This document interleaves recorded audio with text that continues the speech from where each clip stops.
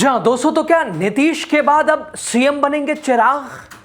चाचा भतीजे के एक होने से बिहार में पलटा पासा, बीजेपी सम्राट को लगा जोर का झटका। दोस्तों, बिहार की राजनीति में कहते हैं यहां हवा का रुख कब बदल जाए कोई नहीं कह सकता, लेकिन आज जो खबर सामने आई है उसने पटना से दिल्ली तक सियासी गलियारों में हलचल मचा दी है।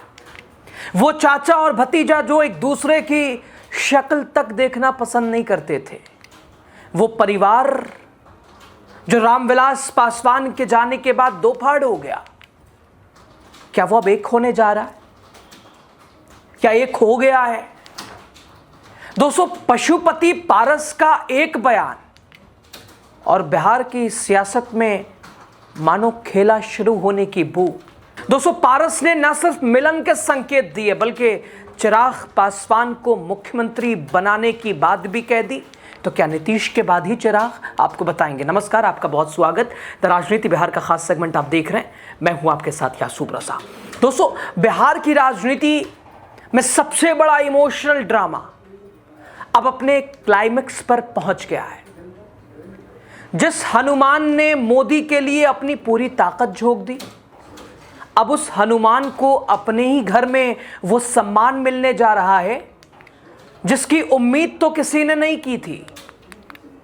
करीब 3 साल पहले जो लोजपा दो टुकड़ों में बंट गई थी, जिस परिवार में दरार इतनी गहरी हो चुकी थी कि बातचीत एक दूसरे को देखना तक गवारा नहीं था, आज उसी परिवार से मिलन की शहनाई बजती सुनाई दे रही है।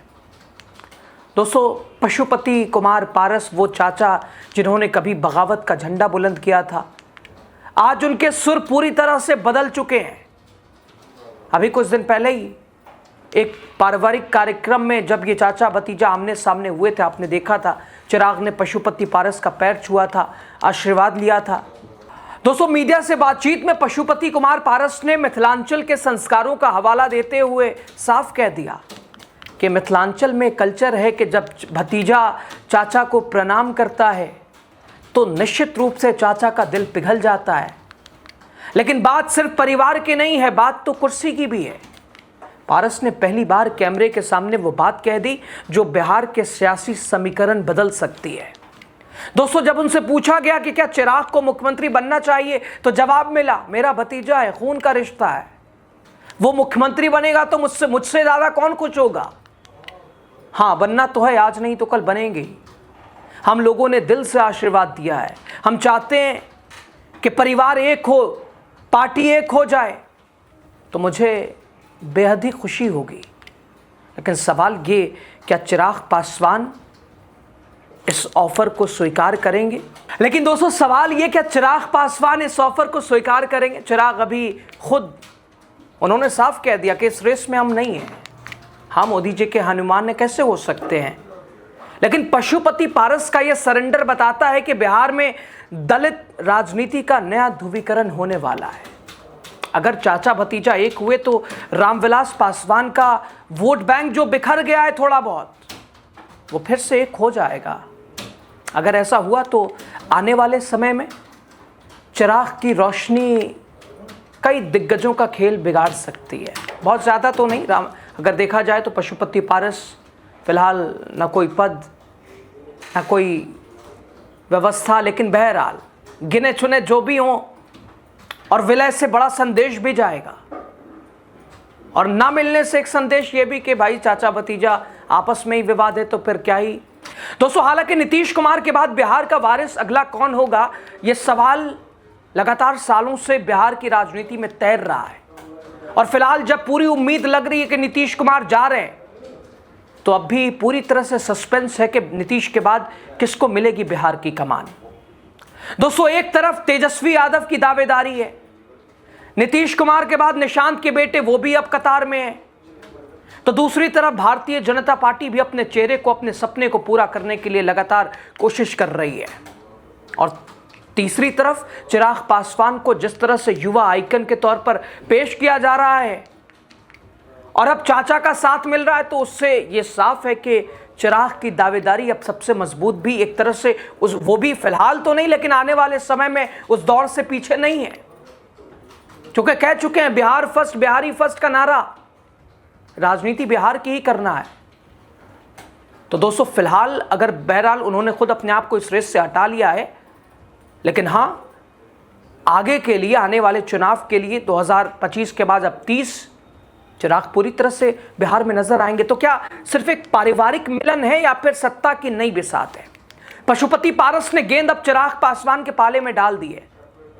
अगर चिराग अपने चाचा को माफ कर गले लगा लेते हैं तो यकीन मानिए दोस्तों बिहार में पासवान फैक्टर को रोकना नामुमकिन हो जाएगा। लेकिन क्या नीतीश कुमार और बीजेपी इस नए गठजोड़ को सहजता से लेगी? खैर दोस्तों, पशुपति कुमार पारस का बयान ये साफ कि उनके दिल में अब जो भी शिकायत है वो दूर हो गई है, उसे भूलने को तैयार है। लेकिन दोस्तों अब देखना ये होगा कि इस एक होने वाले चाचा के बयान पर चिराग पासवान का क्या रुख होता है, और चिराग पासवान और पशुपति पारस एक होते हैं तो किसका फायदा होना है। निश्चित तौर पर चूंकि अब चाचा की तो उम्र ढलान की ओर है, तो अगर चिराग का वो सहारा हाथ पकड़ते हैं तो भाई साहब एक तरह से वो डूबते हुए सूरज को प्रणाम नहीं बल्कि उगते हुए सूरज को प्रणाम करेंगे। लेकिन अगर चिराग पासवान अपने चाचा का साथ, अगर उनके लिए कोई ज़रूरी या मजबूरी नहीं है, चूँकि डूबते सूरज को कहाँ कौन प्रणाम करता है। खैर बहरहाल पशुपति पारस ने भले ही सीएम को लेकर ये प्रतिक्रिया दी हो कि मैं चाहते हैं बने हमसे ज़्यादा, लेकिन चिराग पासवान पहले ही कह चुके हैं वो इस रेस में नहीं है। लेकिन इसका मतलब ये नहीं है कि बिल्कुल भी नहीं होंगे। आज नहीं है लेकिन कल होंगे। खैर दोस्तों, अब बिहार में नीतीश के बाद कौन होगा बिहार का वारिस, अभी तक ये साफ नहीं हो सका है। अगला मुख्यमंत्री होता कौन है, क्या जेडीयू का, क्या बीजेपी का? लेकिन चिराग तो फिलहाल इसमें नहीं है। लेकिन चिराग और पशुपति पारस का एक होना क्या कोई नए समीकरण को जन्म देगा? बताएगा आपकी राय चिराग को लेकर। जो भी है, बहुत शुक्रिया, लास्ट तक आप बने रहे।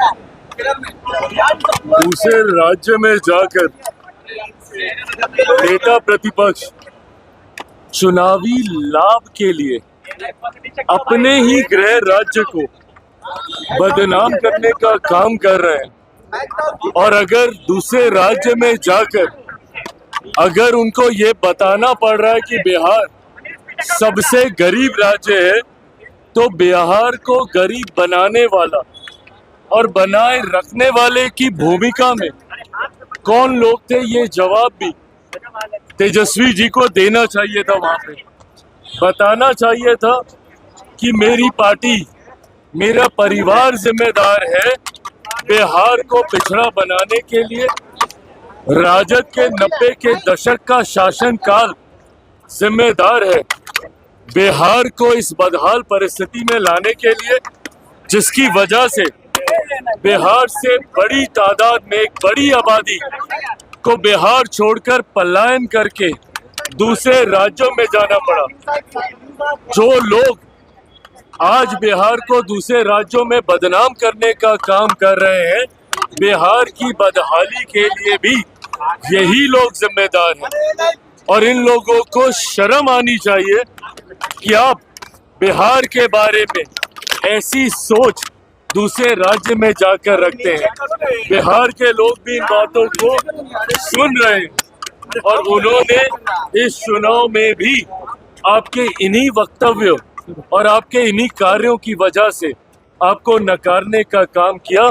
आने वाले दिनों में पुनः बिहार की जनता आपके द्वारा दिए गए इस बयान का हिसाब बराबर जरूर करेगी। सर, मुख्यमंत्री को लेकर के लेटर एक जारी हुआ जिसमें मुख्यमंत्री पद हटने से पहले उन्हें Z+ सुरक्षा की बात कही गई है।